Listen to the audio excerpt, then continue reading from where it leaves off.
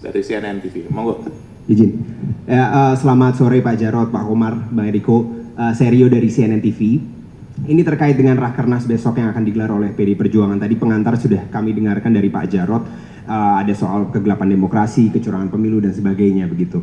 Namun kami ingin menegaskan saja, memastikan satu hal terkait dengan sikap partai dalam posisi nanti apakah akan di luar pemerintahan, apakah ada di dalam pemerintahan, apakah kemudian bisa dipastikan di dalam Rakernas ini mengingat situasi ataupun dinamika politik yang berlangsung hingga hari ini, misalkan saja seperti kita ingat kemarin ada pembahasan soal RUU Kementerian Negara misalkan, ini yang mana sebelumnya Pak Sekjen sebenarnya sempat menyampaikan bahwa PDIP menolak rancangan undang-undang tersebut, tapi kemudian di dalam balik PDIP terkesan setuju dengan isinya begitu. Nah ini apakah kemudian ada sikap-sikap partai yang akan disampaikan oleh Ibu Ketua Umum? Kalaupun tidak, masih dalam pembahasan, apakah ada tenggat waktunya bagi PDIP mengingat ada sejumlah dinamika politik yang terus berjalan hingga hari ini meskipun penetapan ataupun pelantikan presiden masih pada bulan Oktober yang akan datang. Terima kasih Bapak-Bapak. Baik, terima kasih Mas Rio. Ada lagi yang lain mau menanyakan terkait Rakernas dulu ya? Monggo. Tidak ada? Silakan Pak. Oh, ada satu lagi. Dari mana Mas? Ya. Halo selamat sore, Bang Eriko, Pak Jarod, Pak Komar, aku Thohir dari cnnindonesia.com. Ya. Masih terkait Rakernas, sebenarnya mau memperjelas soal nanti peserta, apakah undang-undang ini bersifat ada undangan, ada forum nanti untuk pihak luar eksternal, dan kalau pihak internal nanti yang hadir, siapa aja yang diundang, perwakilan DPD misalnya atau dari ini, dan termasuk mungkin apakah nanti juga akan mengundang Presiden Joko Widodo nanti di Rakernas. Terima kasih. Baik, terima kasih. Ini sama ya dari CNN. Ada satu lagi? Cukup? Baik. Silakan Mas Ketua SC, Mas Jarod. Nanti bisa ditambah oleh Bang Komar. Ya. Baik, terima kasih. Yang pertama, tentu saja di dalam Rakernas itu ada forum yang sifatnya terbuka, ya, dan yang tertutup. Yang terbuka adalah pada saat pembukaan Rakernas itu terbuka, dan nanti hari Minggu di acara penutupan itu akan disampaikan ya, rekomendasi dari Rakernas secara yang sifatnya eksternal kepada media. Artinya penutupan nanti akan dilakukan secara terbuka. Di dalam Rakernas itu ada beberapa forum yang nanti akan dilakukan, baik itu paparan dari Ketua DPP maupun pengarahan secara tertutup dari Ibu Ketua Umum. Kemudian dalam Rakernas juga akan dibahas 3 topik utama. Yang pertama akan ada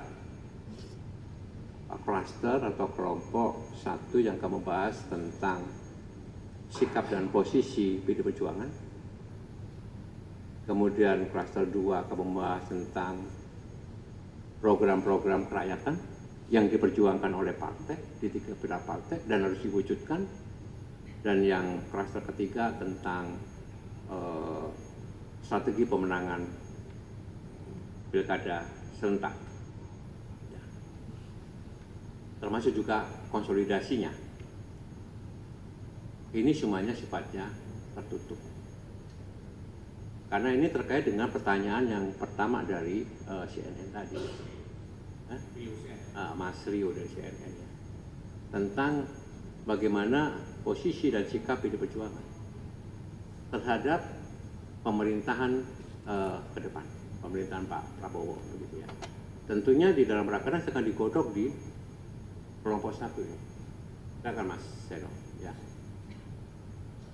Kami sudah melakukan Rakernas kemarin hari Minggu dengan melakukan FGD untuk menjaring berbagai macam suara, berbagai macam pendapat ya dari para pengamat, para aktivis, para budayawan, termasuk para mahasiswa. sebagai materi yang nanti akan juga digodok di kelompok 1 untuk menentukan bagaimana sikap dan posisi PD Perjuangan. Sikap dan posisi PD Perjuangan itu sebetulnya ada dua macam secara eksternal. Satu, bagaimana sikap dan posisi PD Perjuangan terhadap jalannya pemerintahan ke depan, dan bagaimana sikap dan posisi PD Perjuangan menyikapi ya, berbagai macam dinamika geopolitik secara global untuk mendorong ya, bisa terwujudnya perdamaian dunia yang abadi seperti termaktub dalam pembukaan Undang-Undang 45. Tentang bagaimana ketegasan dari sikap politik PD Perjuangan sebaiknya ditunggu saja. Ya, ditunggu saja. Kejutan-kejutan apa saja yang nanti akan muncul di Rakernas ditunggu saja. Termasuk juga siapa saja yang akan diundang. Tapi yang jelas Presiden dan Wakil Presiden tidak diundang. Ya. Kenapa? Karena beliau sudah sangat sibuk dan menyibukkan diri, dan Pak Komar pasti tidak setuju. Jadi ini hanya untuk internal PD Perjuangan. Sekali lagi, pesertanya untuk internal PD Perjuangan. Itu ya. Kalau ada pertanyaan, silakan. Tambahan Pak Komar. Baik, tadi ada pertanyaan dari CNN.com. Silakan, mungkin Bang Komar bisa menjawab. Tadi mengenai soal yang sikap ada dari Pak Sekjen dan juga ada yang disampaikan.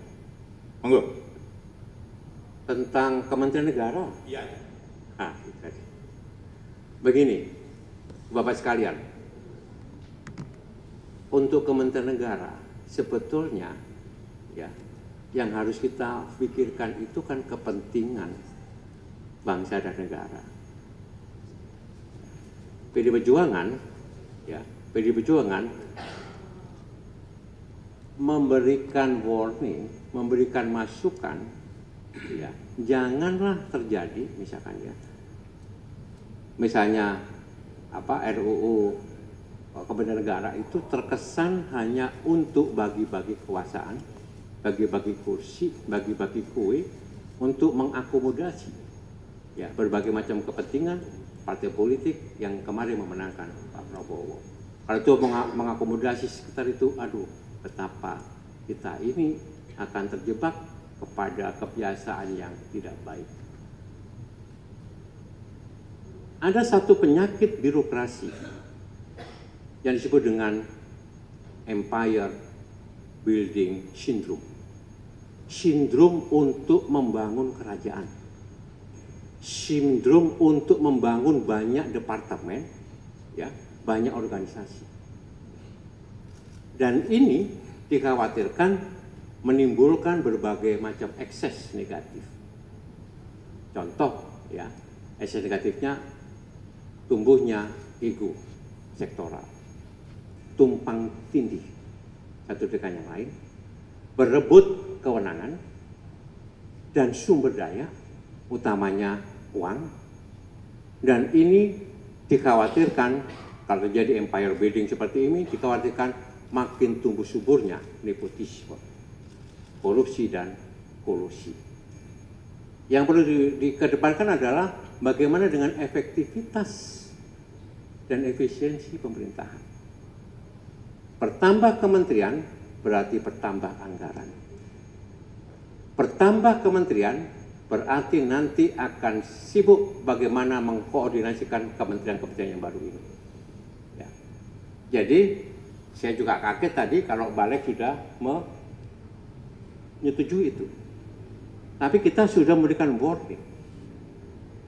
Kita lagi menghadapi persoalan-persoalan yang serius.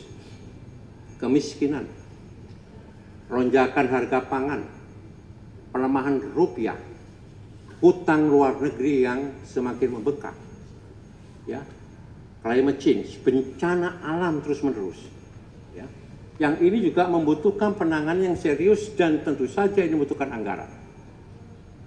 Harusnya pemerintah fokus ke sini. Yang kedua adalah coba kita bandingkan ya, kementerian negara tetangga di negara ASEAN aja lah, ya ASEAN aja lah. Malaysia itu berapa kementerian? Kita yang paling banyak nih. Kita yang paling banyak. Thailand berapa? Cina berapa? Kalau mengatakan, oh ya negara Indonesia besar, ya besar. Besar mana saya sama Cina? Cina punya 21 kementerian. Amerika 15 kalau nggak salah. Australia mungkin 21 ya. Nggak tahu ya, nggak hafal ya. Kalau ini ya. Kalau motifnya itu. Tapi kalau motifnya memang bagi-bagi kekuasaan ya, monggo silakan. Tapi kami akan mengontrol.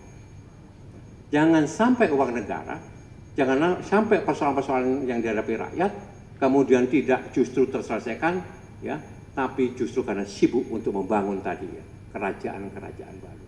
Itu ya, makasih.